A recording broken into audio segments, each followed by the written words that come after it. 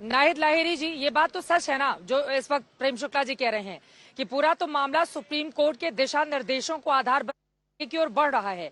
तो commission report पर सवाल खड़े कर दो, कमीशन की टीम पर सवाल खड़े कर दो, क्या तो निष्पक्ष नहीं है जांच? अभी से इस तरह का माहौल बनाने की कोशिश क्या सिर्फ वही वर्क करता है जिसका आधार कमजोर होता है, जैसा कि प्रेम शुक्ला दावा कर रहे हैं? चित्रा जी देखिए, अब 26 तारीख को सुनवाई होनी है। मैं तो अपील करती हूँ सभी लोगों से कि सभी लोगों को संयम भी बरतना चाहिए और इंतजार करना चाहिए 26 तारीख का। और विशेषकर दोनों पक्षों से मैं अपील करना चाहती हूँ कि सभी लोग संयम बरतें, क्योंकि जो भी फैसला आएगा वो माननीय न्यायालय फैसला लेगा। अभी दोनों पक्षों की, अभी एक वकील साहब की भी मैं बात सुन रही थी, तो दोनों पक्षों के जो वकील हैं, जाहिर सी बात है वो अपनी बात अपने ढंग से कहेंगे, लेकिन अल्टीमेटली माननीय न्यायालय ही फैसला करेगा और जो फैसला करेंगे माननीय न्यायालय वो कानून के अंतर्गत करेंगे। अभी मैंने सुना कि एक वकील साहब बता रहे थे कि ये मिल गया वो मिल गया, ठीक है वो बात कह रहे कि ये मिल गया वो मिल गया, लेकिन अब ये प्रूफ कहाँ हुआ? ये तो माननीय न्यायालय में प्रूफ होगा कि क्या मिला क्या नहीं मिला। वहां फव्वारा है कि शिवलिंग है, ये भी माननीय न्यायालय में प्रूव होगा कि वहां क्या है।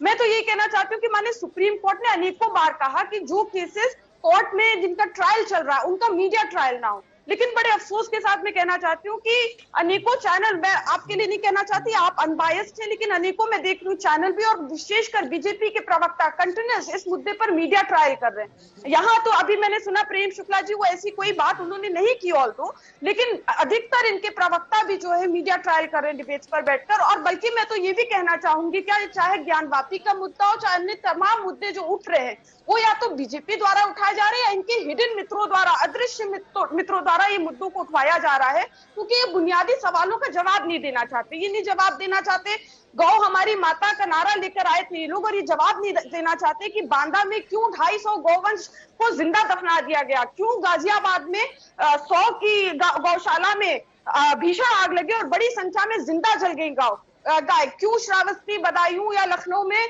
भूख प्यास से तड़प तड़प के गौवंश जो है मर रही है। ये नहीं बताना चाहते कि उसमें भ्रष्टाचार, गौवंश का भी चारा खा रही भाजपा सरकार, ये इसका जवाब नहीं देना चाहते। और इसका इसीलिए तो इनके मंत्री स्वतंत्र देव सिंह जी ने कहा, उन्होंने कहा कि पैसा कमाना बुरी बात नहीं है, पूरा पैसा डकार लेना बुरी बात है। तो ये मूल मुद्दों का जवाब नहीं देना चाहते, ये नहीं बताना चाहते कि उत्तर प्रदेश में क्यों महिला उत्पीड़न चरम पर है। ठीक है प्रेम शुक्ला जी, इस पर आप जवाब दे दीजिए, उसके बाद मैं बाकी मेहमानों के पास जाऊंगी। ठीक है, दिनेश कपूर जी भी हमारे साथ इतिहासकार जुड़े हुए हैं, लेकिन प्रेम शुक्ला जी वो कह रहे हैं मूल मुद्दे से ध्यान भटका दो, हिडन एजेंडे के तहत बीजेपी लेकर आती है, माहौल बनाती है। इस पर जवाब दीजिए, फिर बाकी मेहमानों के पास जाऊंगी। देखिए आदरणीय योगी आदित्यनाथ जी की सरकार का अभिनंदन करना आवश्यक है कि गौ कशी के समर्थकों को गौ माता की चिंता कम से कम सता रही है, यह भी बहुत अभिनंदनीय है। प्रश्न ये है कि क्या भारतीय जनता पार्टी ने पिटीशन दायर किया है? क्या सुप्रीम कोर्ट के जो जज हैं, क्या भारतीय जनता पार्टी के इन्फ्लुएंस में उन्होंने डिस्ट्रिक्ट कोर्ट को मामला रेफर किया हुआ है? और क्या ये जो बहस आप कंडक्ट कर रही हैं, ये क्या भारतीय जनता पार्टी के दबाव में आप कर रही है कंडक्ट? अब भारतीय जनता पार्टी के मित्रों की बात करती हैं। भारतीय जनता पार्टी के 18 करोड़ सदस्य हैं, बहुत सारे मतदाता हैं। अगर उन मतदाताओं ने अगर अपने नागरिक अधिकारों का सदुपयोग करके अगर न्यायालयीन प्रक्रिया में संविधान के तहत अगर किसी अधिकार के लिए दुहाई दी है, तो इसमें भारतीय जनता पार्टी का दोष क्या है? आपके समाजवादी पार्टी के सांसद शफीकुर रहमान बर्क कहते हैं कि ज्ञानवापी मस्जिद को लेकर हम खून की नदियां बहा देंगे।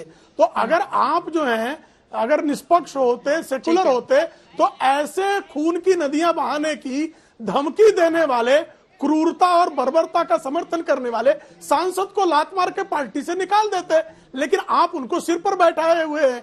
तो इस मामले का विकृत सांप्रदायिकरण करने का दुष्कर्म अगर कोई कर रहा है तो सेकुलर कहलाने वाली विकृत सांप्रदायिक पार्टी है। भारतीय जनता पार्टी अगर संविधान के दायरे में न्यायालय की प्रक्रिया नदियां बहा देने वाला बयान तो आप ही के वहां से सामने आया था ना। शफीकुर रहमान बर्क हर मुद्दे पर बोलेंगे, मामला अदालत में हो कहीं भी हो, हर मुद्दे पर बोलेंगे। ऐसे सांसद के बयानों को अपने साथ कैसे लेकर चलती है समाजवादी पार्टी, जो पहले ही माहौल को बिगाड़कर खून की नदियां बहा देने का दावा करता हो? किस तरह का माहौल बन जाएगा?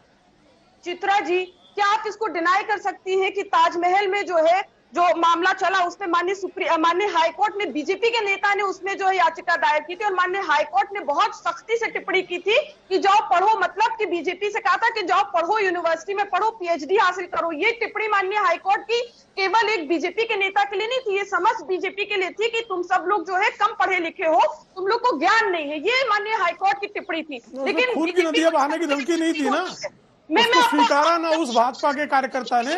शुक्ला जी, खून की नदियां बहाने की धमकी नहीं दी ना। जब आप बोल रहे थे मैं बीच में कुछ नहीं बोल रही थी। मैं सिर्फ आपसे विनम्रता पूर्वक पूछ रहा हूँ, उसमें खून की नदियां बहाने की धमकी नहीं आई ना। तो मैं आपसे खून की नदियां बहाने की धमकियों पर बोलिए ना। कोई अगर न्यायालय गया है, न्यायालय ने उसको अस्वीकार कर दिया, उसने न्यायालय का जो है आदर किया, लेकिन आप तो खून की नदियां बहाने लगती है ना, आप तो हिंसा का सहारा लेने लगती है ना।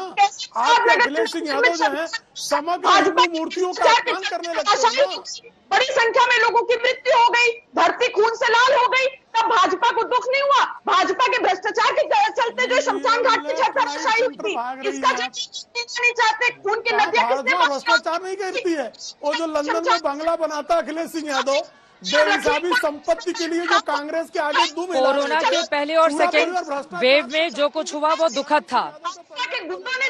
अब उससे आगे बढ़कर उन चुनौतियों को समझकर उससे कैसे निपटा जाए, उससे निपटने की चुनौती हमारे सामने है।